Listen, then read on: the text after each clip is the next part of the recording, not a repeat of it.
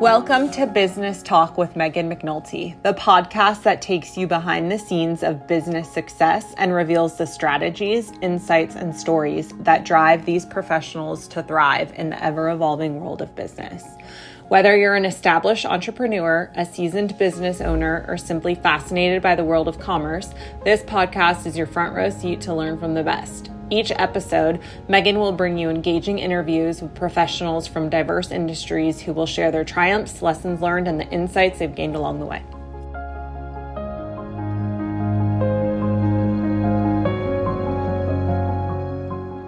Jeremy, thank you for being here today.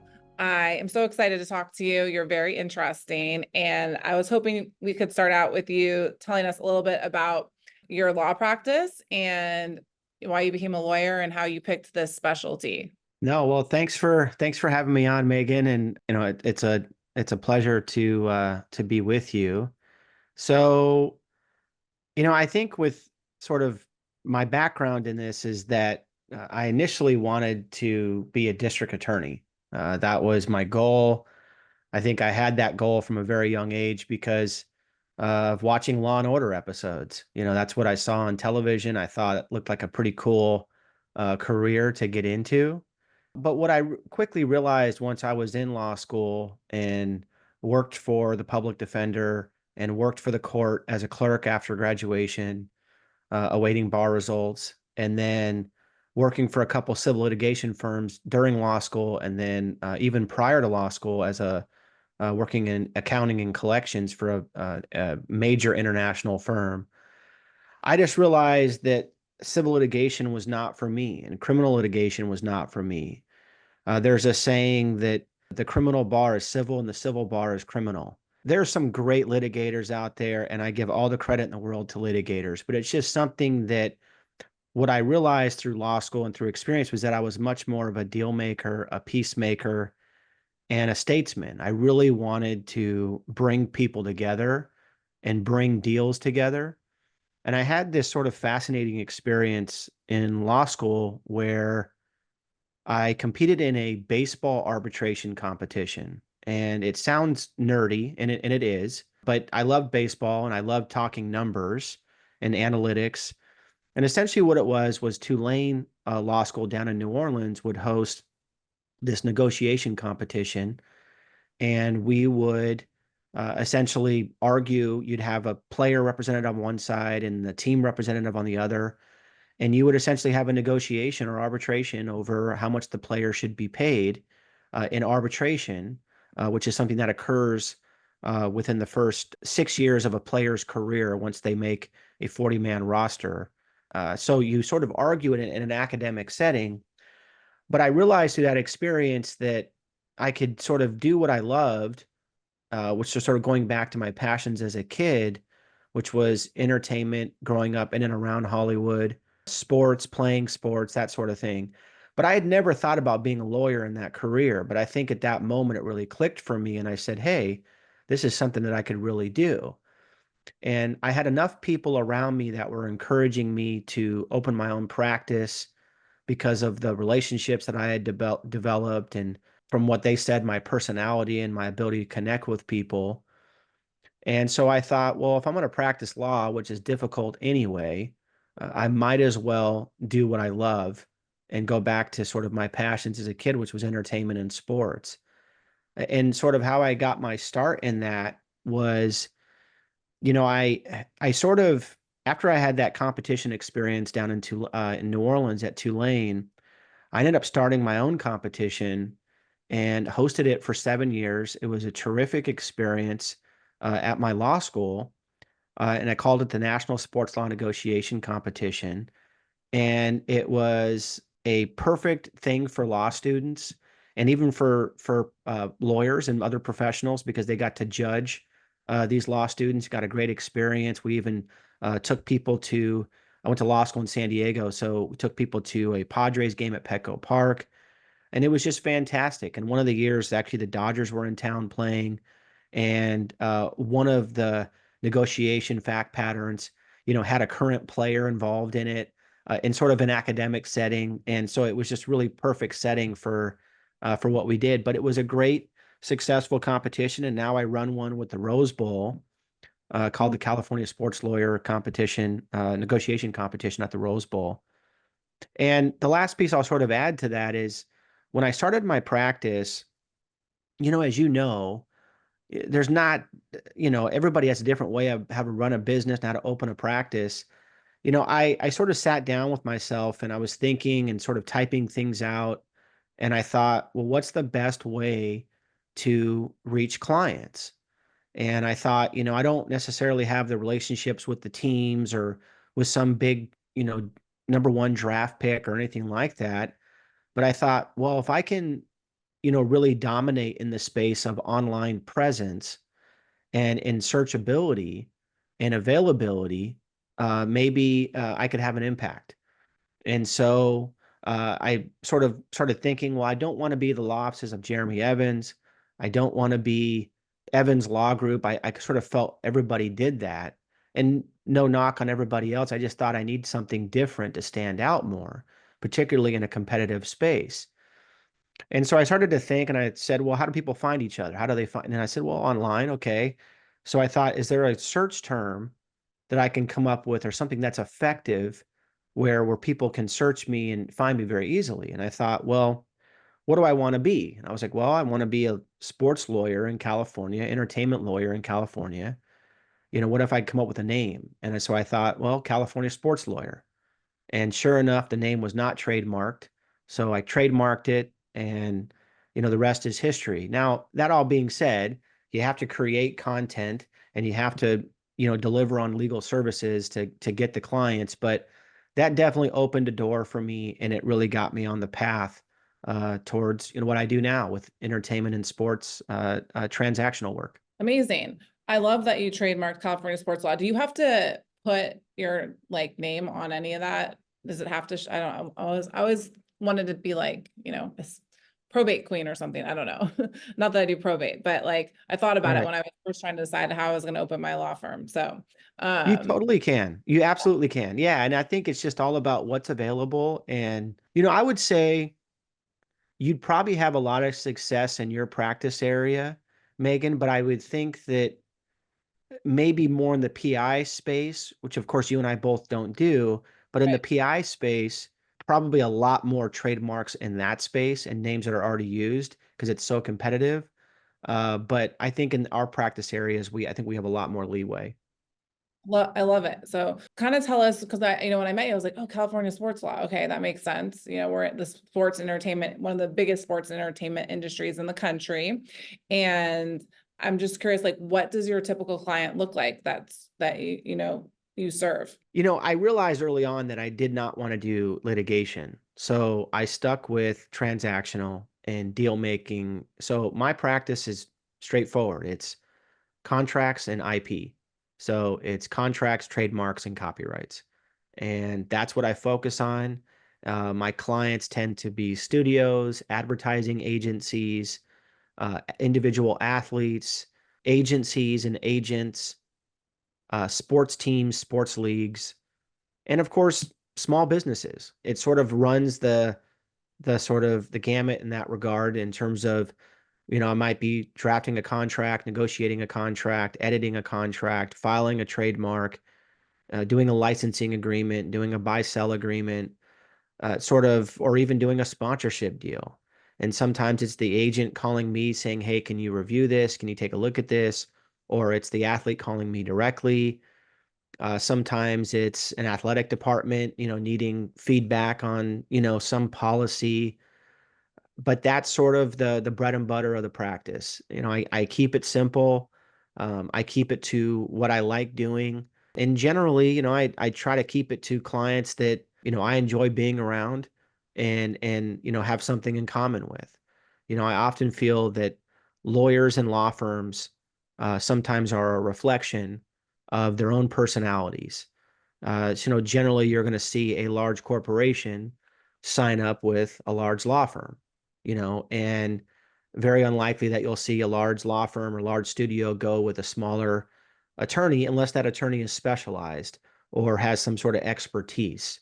So I think in my situation with being a sports entertainment lawyer, I can basically navigate between large corporate folks and small businesses and individuals because of the nature of my practice. So I might have, for example, a large sponsorship company reach out to me and say, "Hey, we're going to sign up 100 athletes to promote this product. Can you draft us the template for this deal?" Or it might be as simple as editing an endorsement deal. So I have fun with it.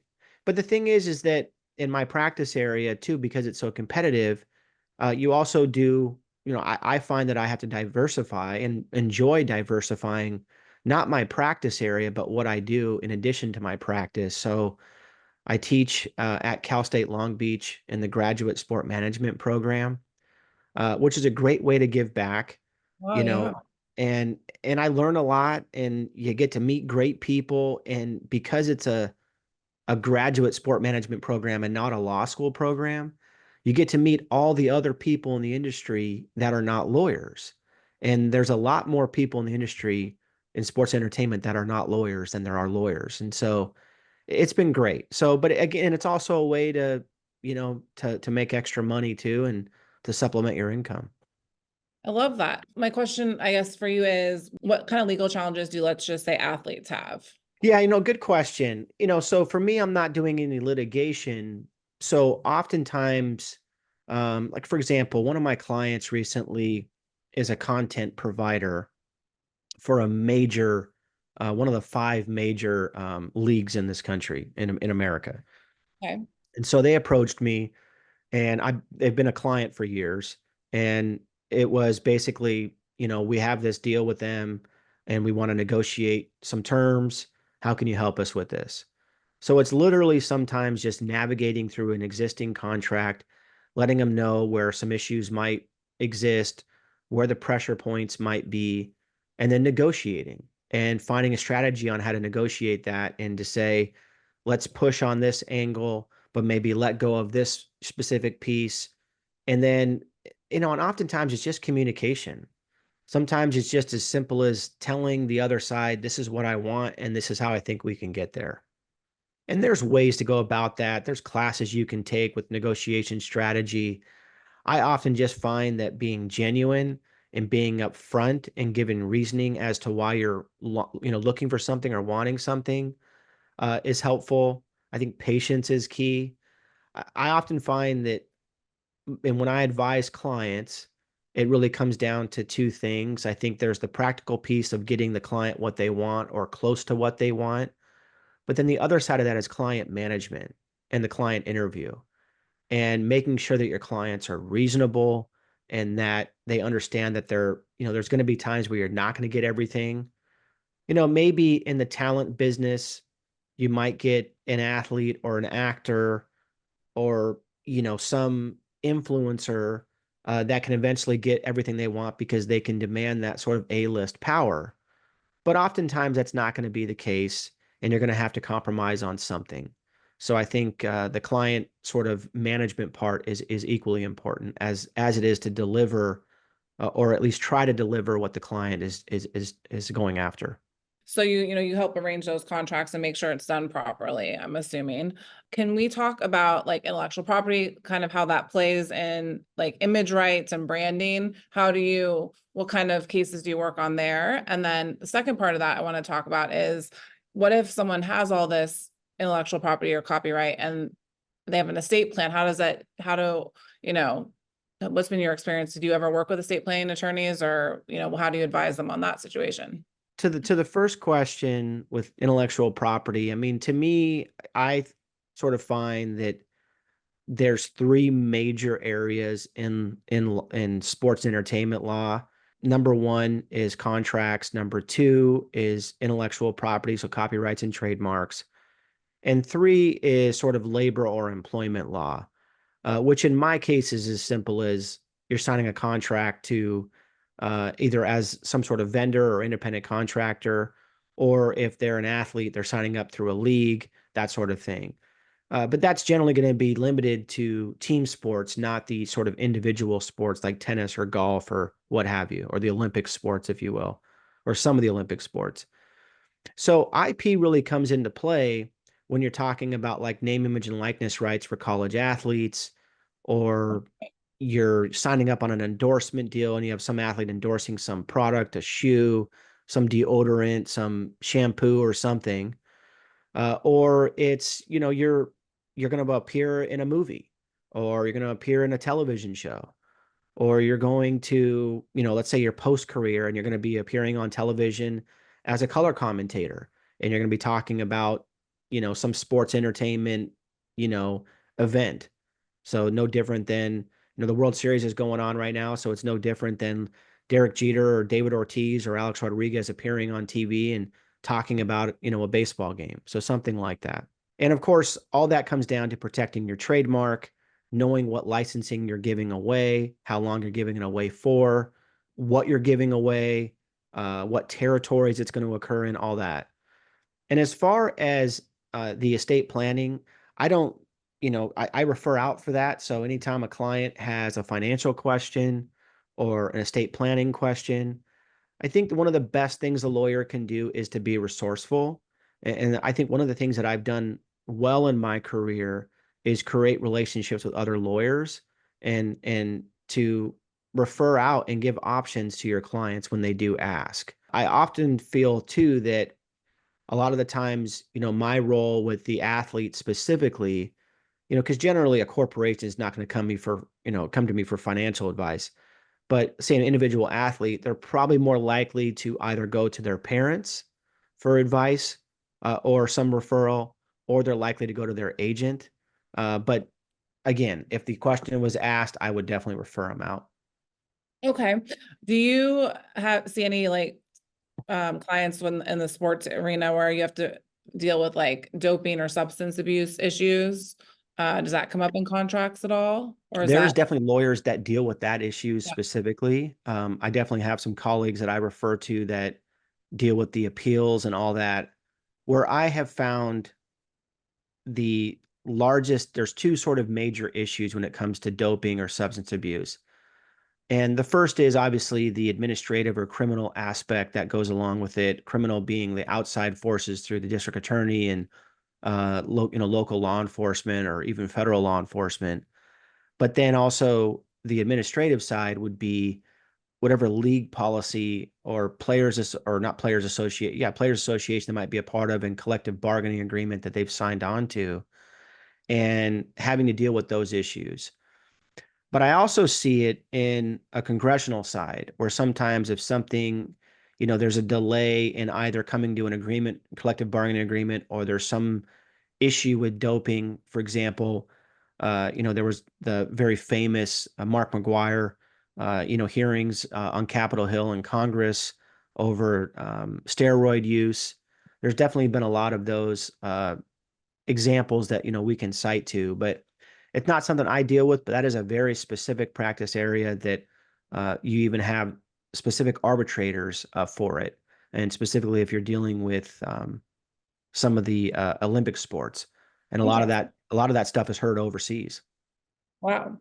What about the latest on now that college athletes can profit off their image, name, and likeness? Is that correct? I don't know a lot about this, but I see it in the news a lot. Can you comment on that? Yeah, no, good question. So, name, image, and likeness, or NIL for short, is something that has been in the works for quite some time. And actually, as a matter of fact, I did a podcast this last week with Jim Cavall, who's the former CEO of Influencer and now currently the CEO of a company called athletes.org, which is essentially the beginnings of a players association that would work with college athletes. Whether that comes to fruition is yet to be seen. But the point being here is that from an intellectual property standpoint, name, image, and likeness rights have been on the books for years. In terms of, in California, there's actually a specific code that talks about name, image, and likeness and the ability to sort of sell and market your image. There's case law on this. The problem was the NCAA on the college side was not allowing that.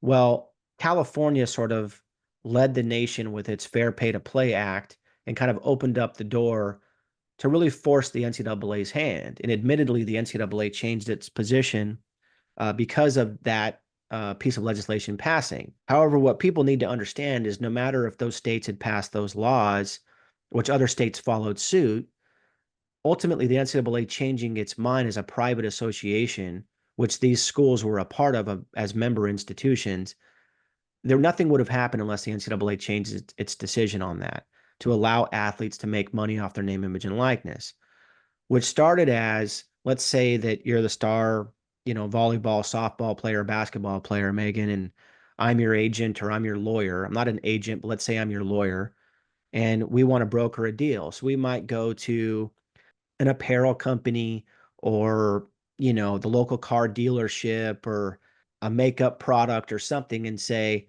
and have you endorse it, right? And you can make money off that. That was the original thought of NIL. What it's now developed into through a lot of litigation, which we don't have time to get into on this episode, but it's one of those things where eventually litigation forced more money to be paid to the athletes, to where now there's a current settlement being discussed, some of which has been agreed to, that would pay the athletes directly, not only for back pay and some sort of settlement in that regard, but then also there'd be money paid going forward, and there'd be some sort of split of the revenue dollars that come in through television. There's two things that I want to sort of add or clarify to that. I think that some rules need to be made, and I think everybody agrees that the current NIL market is like the Wild West. That's the common reference, because you have these collectives who are essentially alumni that come in and put money into a pot and then give it to the school to help recruit new players. There's the transfer portal, which allows college athletes to transfer one school to another. So all these things played together, and of course you've got potentially 50 different state laws, and you've got different conferences across the country. So there's a lot going on, and there is some uncertainty as to what's going to happen or how things are going to play out. So I think some of that needs to be solved for sure.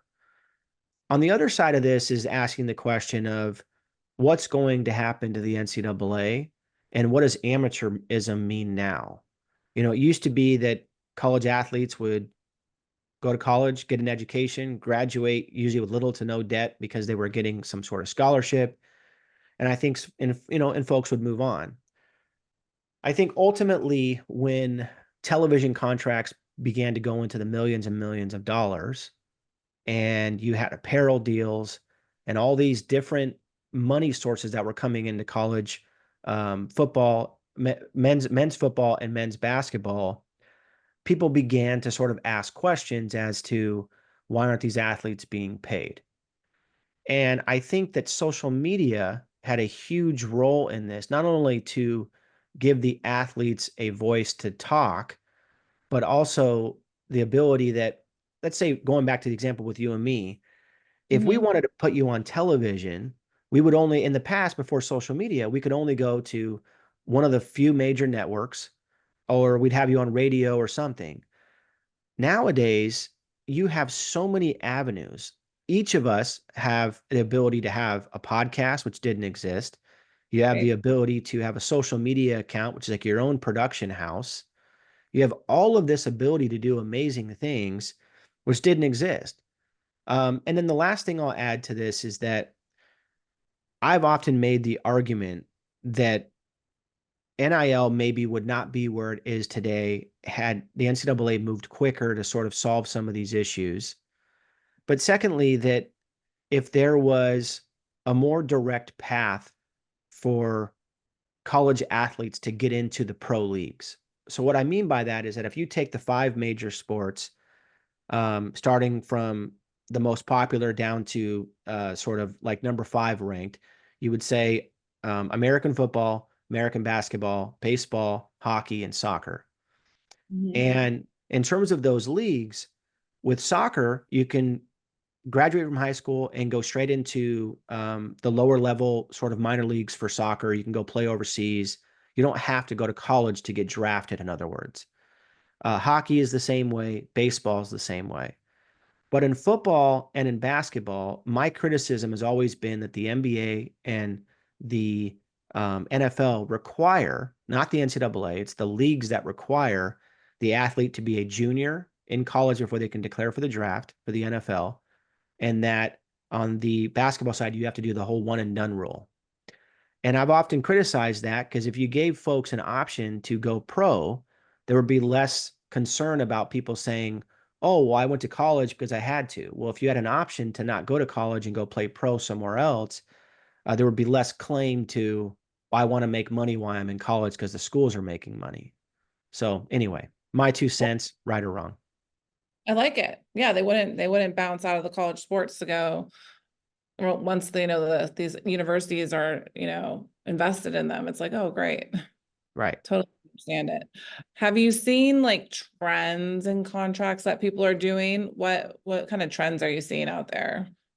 Well, what's interesting in a social media age, it's such a good question. You do have the sort of moral clause issues where, especially in, again, the social media age and the people always having some sort of recording device on them, something may happen, something gets recorded, you're out at a party, whatever it is, you're doing things you probably shouldn't be doing.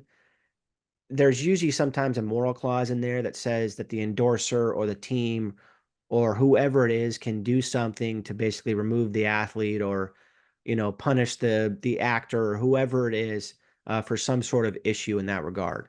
There's also been a move towards dispute resolution as opposed to litigation. So, having more arbitration, having more things behind the scenes, private, so things are not played out in public and people are not Okay. embarrassed, in other words.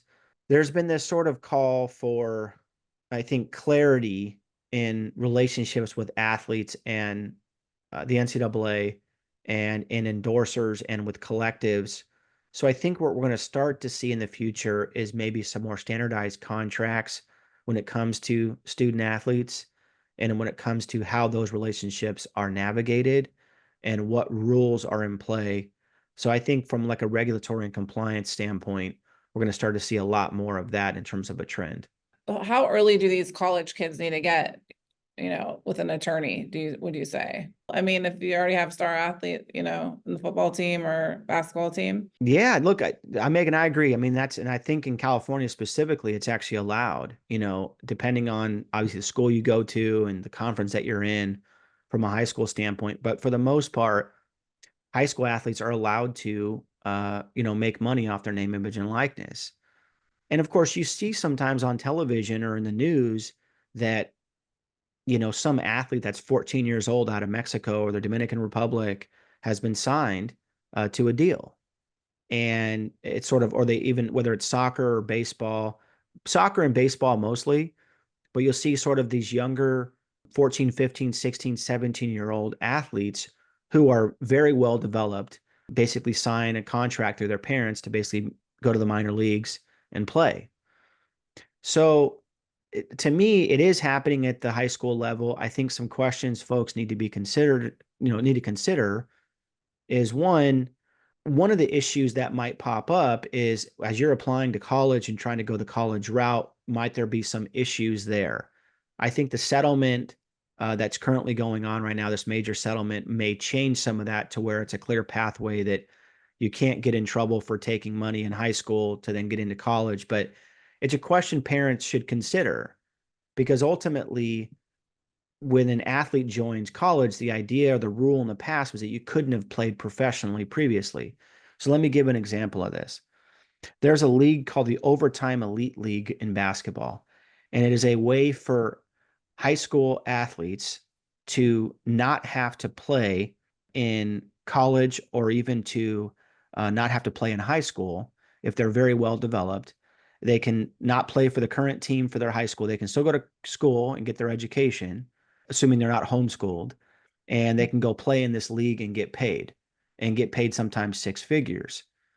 And a lot of students are doing that because they're not going to get paid as much through high school or as much through NIL.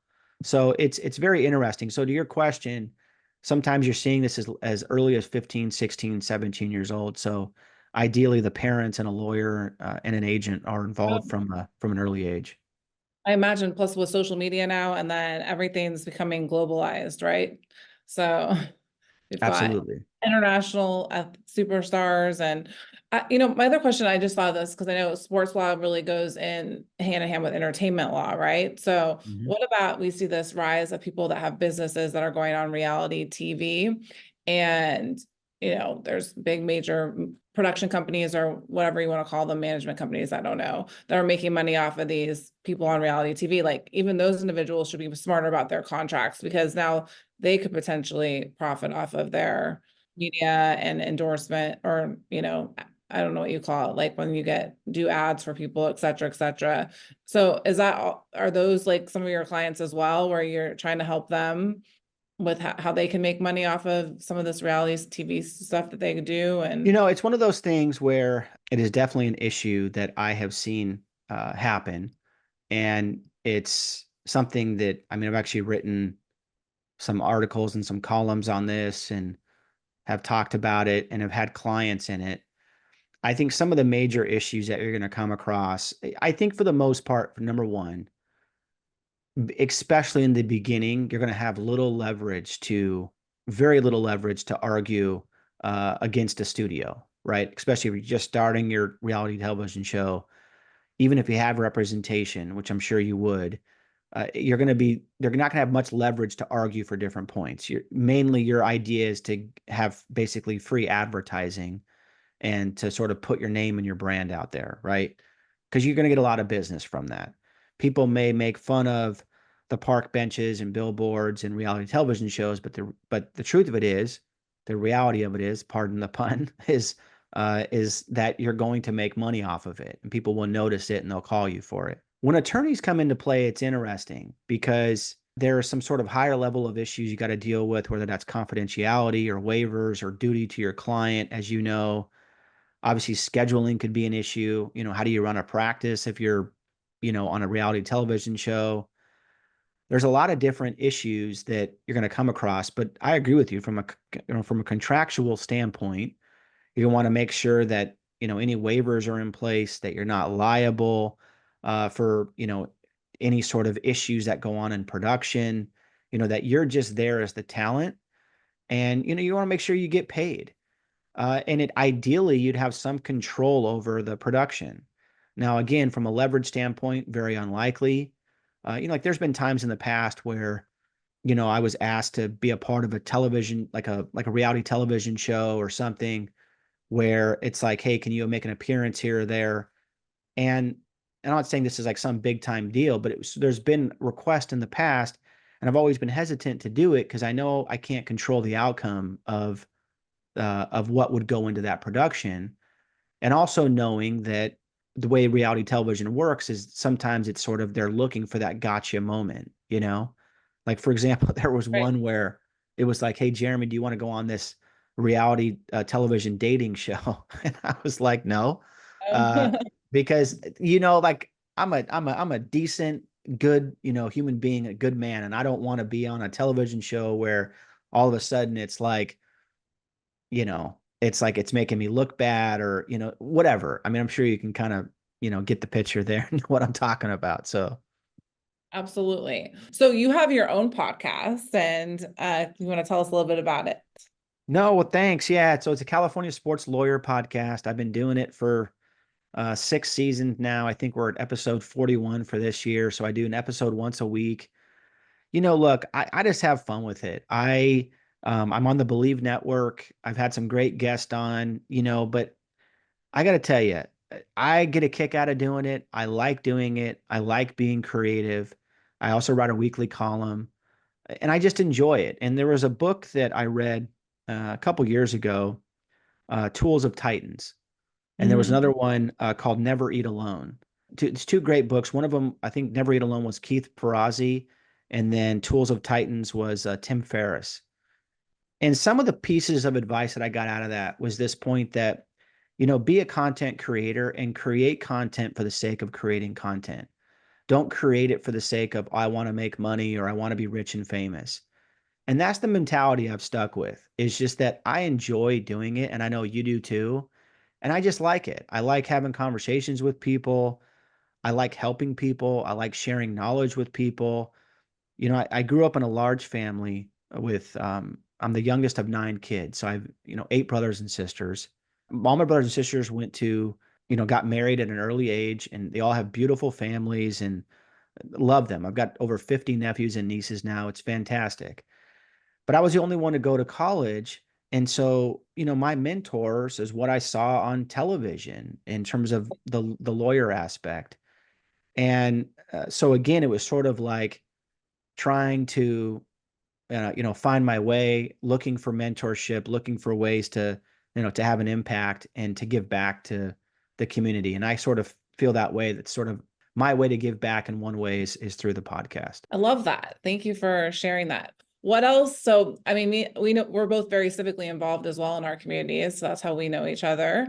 What else do you want to share? Again, so thanks for having me on. And you and I are both involved in the Newport Beach Foundation, which is a terrific charitable organization that gives back to the community, puts on terrific events, helps form other foundations. We just brought together the recent Fire Foundation to help out firefighters.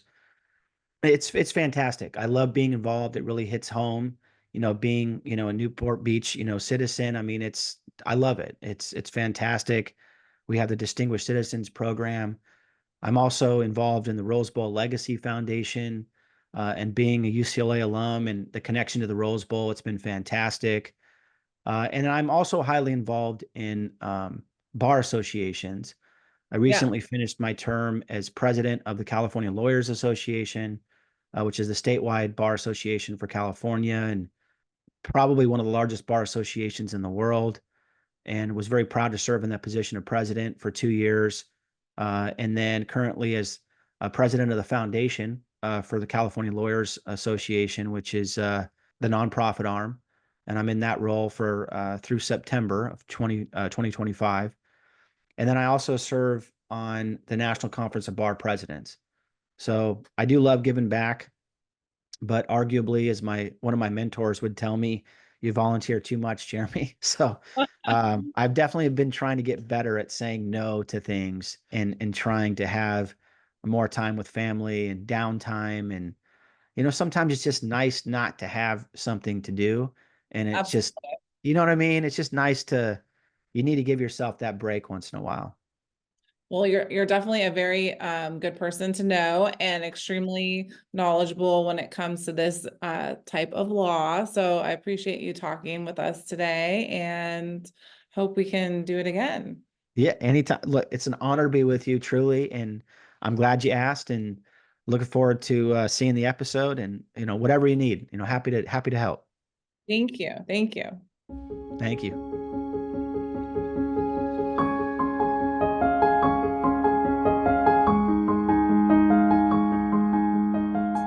If you've enjoyed today's episode, please consider subscribing to the Business Talk podcast and leaving us a review on your favorite podcast platform. Your feedback helps us grow and improve. Thank you for joining us today. This has been another episode of Business Talk with Meghan McNulty.